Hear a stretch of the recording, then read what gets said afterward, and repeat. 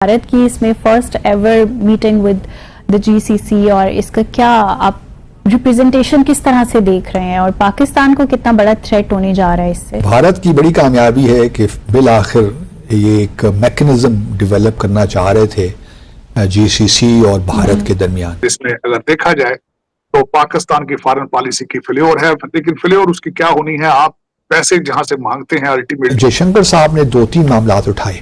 सही। एक ये मामला उठाया कि जी बहुत हो गया, अब आप कुछ कीजिए कि भारत भी ओआईसी का मेंबर बने। हाँ, भारत को खुश करने के लिए मैंने जिस तरह आपको कहा है कि राजनाथ साहब को अल्टीमेटली हो सकता है अमेरिका को खुश करना चाहता हो, अमेरिका को भारत को खुश करना चाहता हो, और ये शायद उसी का एक रिजल्ट हो रही है। सऊदी अरब की $100 बिलियन की इन्वेस्टमेंट का उन्होंने कहा है हम कर रहे हैं भारत में, बिल्कुल। और यूएई तकरीबन $5 बिलियन की इन्वेस्टमेंट। हमारे यहाँ वो रिफाइनरी एक बननी थी बलूचिस्तान में, सऊदी अरब ने, वो कहाँ चली गई हमें नहीं मालूम। हमारे घरों से 3-3, 4-4 जनाजे निकले। मैं किस तरह पाकिस्तान से मोहब्बत करूँ? ये लोग कहते हैं कि पाकिस्तान हम मरेंगे, मैं किस तरह पाकिस्तान के लिए मरूंगा? अगर मेरा भाई पाकिस्तान के ऊपर 4-5 कत्ल होती है, पता भी नहीं चलता है, आर्मी उसको मार रही है, पुलिस उसको मार। डिप्लोमेसी की कामयाबी करार देंगे और पाकिस्तान की डिप्लोमेसी दोनों ही है, दोनों मैं समझता हूँ कि इससे दोनों ही रीजंस हैं, उनकी कामयाबी हमारी नाकामी हो जाती है। टैंकों की बात करता है, आप मुझे ये बताएं कि पाकिस्तान ने कौन सा जंग जीता? पाकिस्तान ने कौन सा जंग जीता? 65 का जंग हारा था,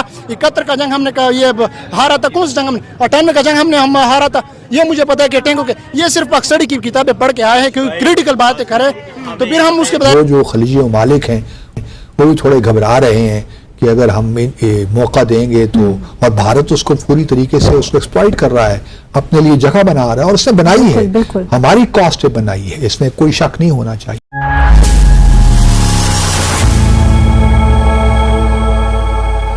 नमस्ते दोस्तों, welcome back to my channel. दोस्तों, हाल ही में हमारे विदेश मंत्री जयशंकर साहब गल्फ देशों के साथ गल्फ कोऑपरेशन काउंसिल के तहत मीटिंग करी और उसमें ट्रेड, इन्वेस्टमेंट, गैस ऑयल की बात हुई। साथ ही साथ भारत को ओआईसी का मेंबर बनाने की भी बात हुई। पाकिस्तान से ज़्यादा भारत में मुस्लिम आबादी होने के बावजूद ओआईसी में भारत की सदस्यता न होना एक चिंता का विषय है। पाकिस्तान ओआईसी जैसे संगठनों का इस्तेमाल कर कश्मीर के नाम का प्रोपेगेंडा करता है। पाकिस्तान जैसे देशों को कंट्रोल में रखने के लिए हमें ओआईसी का मेंबर बनना ज़रूरी बनता है। तो इसमें भारत कामयाब बनता देख पाकिस्तानियों ने अपना रोना शुरू कर दिया। तो वीडियो को आगे देखने से पहले हमें लाइक, कमेंट, सब्सक्राइब जरूर कीजिए। अच्छा, मेरी कुछ खबरें हैं, कुछ मेरी इतलात हैं भारत से कि जयशंकर साहब ने 2-3 मामला उठाए। सही। एक ये मामला उठाया कि जी बहुत हो गया, अब आप कुछ कीजिए कि भारत भी ओआईसी का मेंबर बने। अरे और उन्होंने कहा कि जी बहुत से ऐसे ममालिक हैं ओआईसी में, 57 ममालिक की ऑर्गेनाइजेशन है, इसमें बहुत से ऐसे ममालिक हैं जहाँ पे मुसलमानों की तादाद ज़्यादा नहीं है, लेकिन फिर भी आपने उनको ओआईसी का मेंबर बनाया हुआ है। तो हमारे यहाँ तो 180 मिलियन के करीब जो है मुसलमान कम्युनिटी है, जो कि खलीजी ममालिक की कम्युनिटी से भी ज़्यादा है। तो आप अगर 6 ममालिक हैं तो हम क्यों नहीं हो सकते ओआईसी के मेंबर? चलिए, अगर आप हमें मेंबर नहीं बनाते तो इस वक्त आप हमें ऑब्जर्वर ही बना दीजिए। अच्छा, इसके बारे में बताता हूँ कि भारत बड़े अरसे से ये कोशिश कर रहा है कि कम से कम वो ऑब्जर्वर का स्टेटस उसको मिल जाए, लेकिन पाकिस्तान फॉर ऑब्वियस रीजंस, हमारे चूंकि उनके साथ एक हॉस्टिलिटी का रिलेशनशिप है, तो हम समझते हैं कि उनके जो है यहाँ पे उनका आना हमारे इंटरेस्ट के लिए ठीक नहीं होगा, तो हम उसकी मुखालिफत करते रहे हैं और आगे भी करते रहेंगे।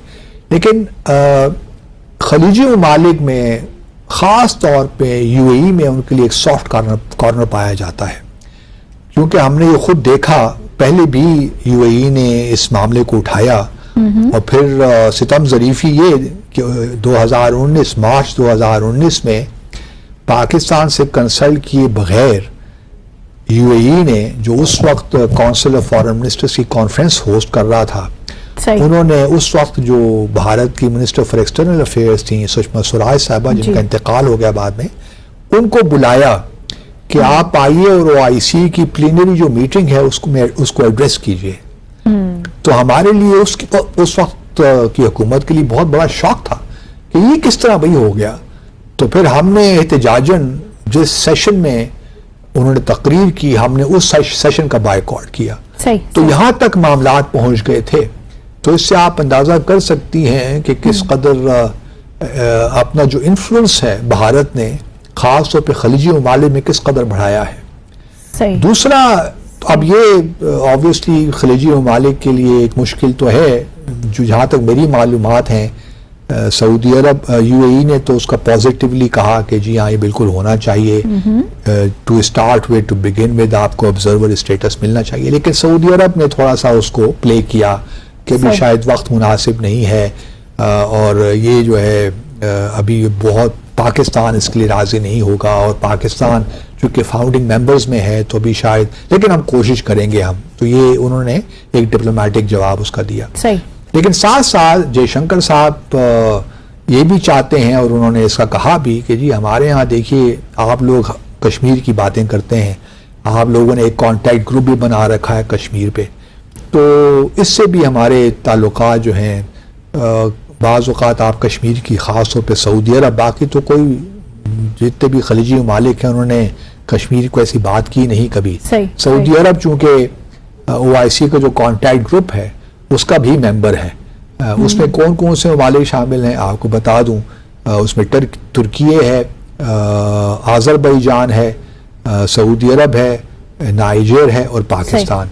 तो ये 5 ममालिक हैं जो कॉन्टैक्ट ग्रुप का हिस्सा हैं।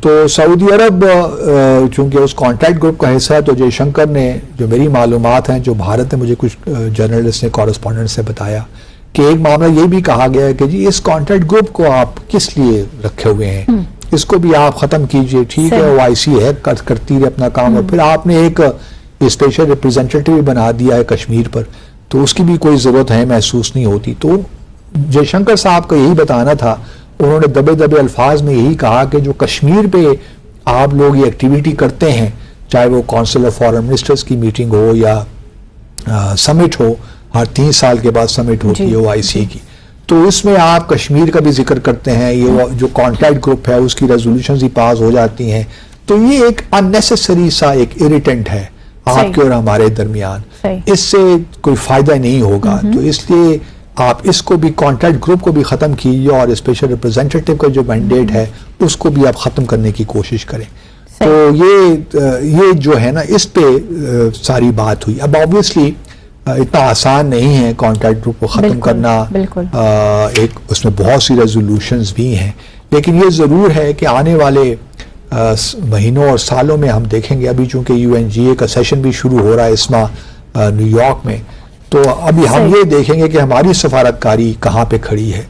क्या इस मीटिंग से पहले जो GCC की हुई फर्स्ट फॉरेन मिनिस्टरियल मीटिंग जो हुई, क्या हमने जो 6 ममालिक थे उनको कांटेक्ट किया, क्या हमने यहाँ फॉरेन ऑफिस के उनके सफरा को बुला के कोई ब्रीफिंग दी उससे पहले, कोई हमने उसको प्रीएम्प्ट किया कि हम ब्रीफ कर सकें, क्या कश्मीर पे हमने किया, या हमारे जो सफरा हैं, मैं उनसे तवक्को रखता हूँ, मेरे अपने कॉलीग्स हैं, और मैं क्या उन्होंने जाके ब्रीफ किया अपने होस्ट कंट्रीज की फॉरेन ऑफिस को कि जी आप मीटिंग तो आपकी होने जा रही है, रियाद में हुई है ये मीटिंग, बिल्कुल, बिल्कुल। तो इससे पहले क्या हमने कोई एक्टिविटी की कि हम ब्रीफ करते कि जी जयशंकर मुमकिन है आपको ये बातें कहें, लेकिन हम आपके जो ताल्लुकात हैं वो ठीक है, आप अपने ताल्लुकात कीजिए, आप इन्वेस्टमेंट भी देखिए, सऊदी अरब की $100 बिलियन की इन्वेस्टमेंट का उन्होंने कहा है हम कर रहे हैं भारत में, और UAE तकरीबन $5 बिलियन की इन्वेस्टमेंट। हमारे यहाँ वो रिफाइनरी एक बननी थी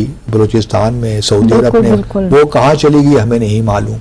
तो ये सारे वो जो इश्यूज हैं ना, हमने भारत ने बड़ा मेथोडिकली, सिस्टमैटिकली और एक परसेवरेंस के साथ जो है GCC के साथ अपने ताल्लुकात इस्तेमाल किए हैं। इसे भारत की डिप्लोमेसी की कामयाबी करार देंगे और पाकिस्तान की डिप्लोमेसी दोनों ही हैं, दोनों मैं समझता हूँ कि इससे दोनों ही रीजंस हैं, उनकी कामयाबी हमारी नाकामी